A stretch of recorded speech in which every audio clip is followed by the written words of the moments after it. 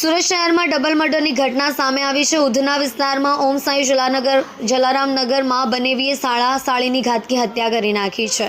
મૂળ ઉત્તર પ્રદેશનો રહેવાસી મૃતક નિશ્ચય અશોકભાઈ કશ્યપ ઉંમર 30 તેની બહેન મમતા અશોક કશ્યપ અને માતા સાથે શોપિંગ કરવા સુરત આવ્યો।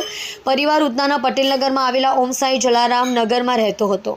હત્યાકાંડ પાછળનું મુખ્ય કારણ બનેવી સંદીપ ગૌડનો મમતા સાથે લગ્ન કરવાનો આગ્રહ હતો। સંદીપ ગૌડ અગાઉથી જ 3 બાળકનો પિતા છે, તેમ છતાં તે મમતા સાથે લગ્ન કરવા માંગતો હતો। જોકે મમતાએ લગ્ન માટે સ્પષ્ટ ના પાડી દેતા ઘરમાં ઉગ્ર બોલાચાલી શરૂ થઈ। બોલાચાલી એટલી બધી વધી ગઈ કે સંદીપ ઉશ્કેરાઈ ગયો અને ચપ્પુ વડે હુમલો કર્યો। આરોપી સંદીપ ગૌડે આવેશમાં આવી જઈ મમતા અને નિશ્ચય પર ચપ્પુ વડે હુમલો કર્યો હતો।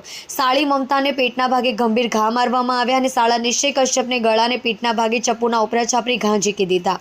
મમતા અને નિશ્ચયની માતાને પણ ઈજા પહોંચી છે। સાસુને તાત્કાલિક સારવાર અર્થે હોસ્પિટલ દાખલ કરવામાં આવ્યા છે, જ્યાં તેમની સારવાર ચાલી રહી છે।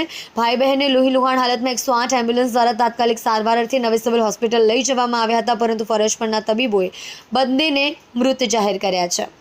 ડબલ મર્ડરની ઘટનાની જાણ થતાં પોલીસ વિભાગમાં ભારે દોડધામ મચી ગઈ છે। જોઈન્ટ પોલીસ કમિશનર, ડીસીપી અને પીઆઈ સહિતના ઉચ્ચ પોલીસ અધિકારીઓનો કાફલો ઘટના સ્થળે દોડી આવ્યો હતો અને તપાસ શરૂ કરી હતી।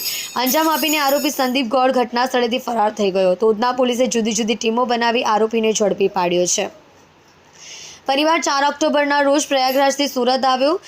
મૃતક યુવક ઉત્તર પ્રદેશના એફએસએલ ફોરેન્સિક સાયન્સ લેબોરેટરીમાં નોકરી કરે છે। ડીસીપી કાનન દેસાઈએ જણાવ્યું, ઘટના સાઈ જલારામ સોસાયટીમાં બની છે। આરોપી સંદીપ ગૌડે સાળા અને સાળીની હત્યા કરી નાખી છે અને સાસુને ઈજા પહોંચાડી છે। 4 તારીખે સાળાના લગ્ન હોવાને કારણે પરિવાર પ્રયાગરાજથી સુરત શોપિંગ માટે આવ્યો। તપાસમાં ખુલ્યું છે કે આરોપી સંદીપને સાળી સાથે લગ્ન કરવા માંગતો હતો, પરંતુ પરિવારના સભ્યોએ કહ્યું કે આ શક્ય નથી।